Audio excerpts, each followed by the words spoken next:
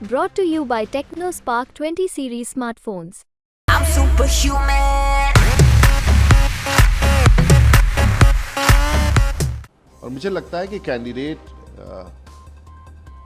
जिसका अधिकार नहीं होता है बूथ में प्रवेश करने का, कैंडिडेट जब बूथ के अंदर जाता है तो वो चुनाव आचार संहिता का वॉयलेशन है। और उसके बाद वहाँ पर लोगों ने प्रोटेस्ट किया क्योंकि भारतीय जनता पार्टी के कार्यकर्ता थे। स्वाभाविक है प्रोटेस्ट करना। अगर आप जब बूथ पर जाइएगा तो बूथ कैप्चरिंग का शंका होता है। पता चलता है 500,000 की संख्या में लोग किसी के ऊपर आक्रमण करने जा रहे थे, फिर ये वारदात हुआ।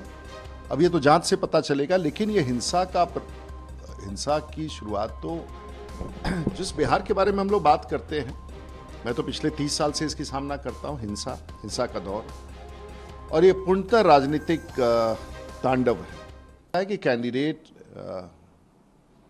जिसका अधिकार नहीं होता है बूथ में प्रवेश करने का, कैंडिडेट जब बूथ के अंदर जाता है तो वो चुनाव आचार संहिता का वॉयलेशन है। और उसके बाद वहाँ पर लोगों ने प्रोटेस्ट किया क्योंकि भारतीय जनता पार्टी के कार्यकर्ता थे।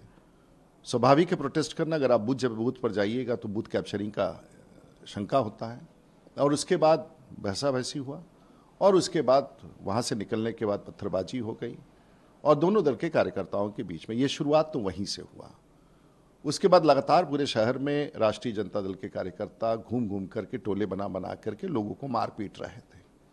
और ऐसी घटना आज सुबह की है, जब मोहन सिंह नाम के व्यक्ति चाय पीने गए तो उनको मारना पीटना शुरू किया।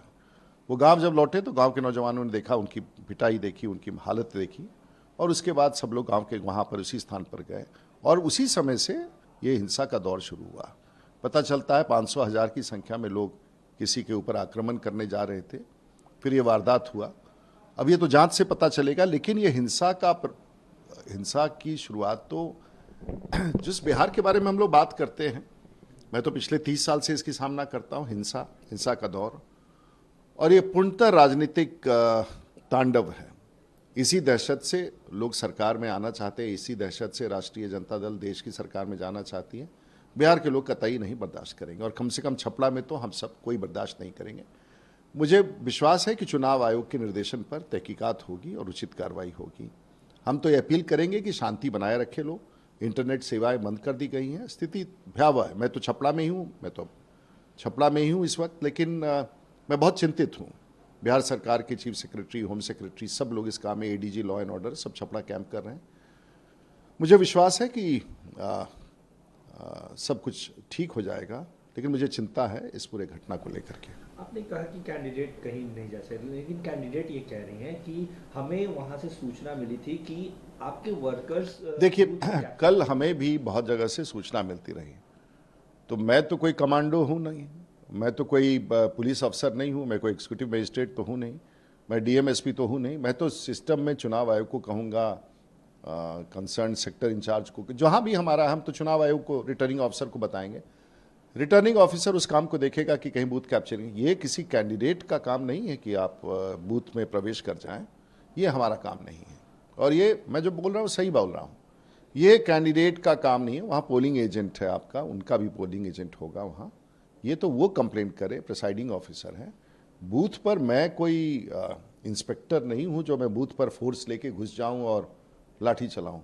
ऐसा नहीं होता पॉलिटिक्स में। ये बिहार की जो पुरानी परंपरा है, शायद राष्ट्रीय जनता दल की इसी तरह की परंपरा है कि बूथ में घुस करके बूथ कब्जा करना, और शायद लोगों को बर्दाश्त नहीं हुआ। मतदाता तो बिल्कुल बर्दाश्त नहीं करेंगे, शायद यही कारण है। राजीव प्रताप रूडी जी, किसी की भी मौत हो, कारण कुछ भी हो, लेकिन मौत है, और मौत दुखद है। और किसी की मौत हुई, और अगर हो तो कि आपसी दुश्मनी हो, जमीन जायदाद का झगड़ा हो, तो बात समझ में आता है। डकैती हो, चोरी हो, यहाँ तो चुनाव की बात है। तो इसका मतलब अगर चुनावी हिंसा होता है तो चुनाव आयोग को देखना पड़ेगा कि आखिर ये चुनावी हिंसा क्यों हुआ और उसके लिए जिम्मेवार कहाँ है और कहाँ किसकी चूक हुई। आप जांच की मांग कर रहे हैं क्योंकि बीजेपी पे आरोप लग रहा है। पूरी तौर से जांच होनी चाहिए, क्योंकि जो कार्यकर्ता गिरफ्तार किए गए वो भारतीय जनता पार्टी के हैं, लेकिन मुझे लगता है कि राष्ट्रीय जनता दल के बहुत सारे लोग भी उस उत्पात में हैं। तो प्रशासन को न्याय करना पड़ेगा, देखना पड़ेगा कि क्या स्थिति है। रोहिणी जी ने ये भी कहा कि आप हताशा से इस तरीके की घटनाएं करवा रहे हैं। हम घटनाएं क्या करवा रहे हैं, हमारा तो पता ही नहीं वहाँ पर।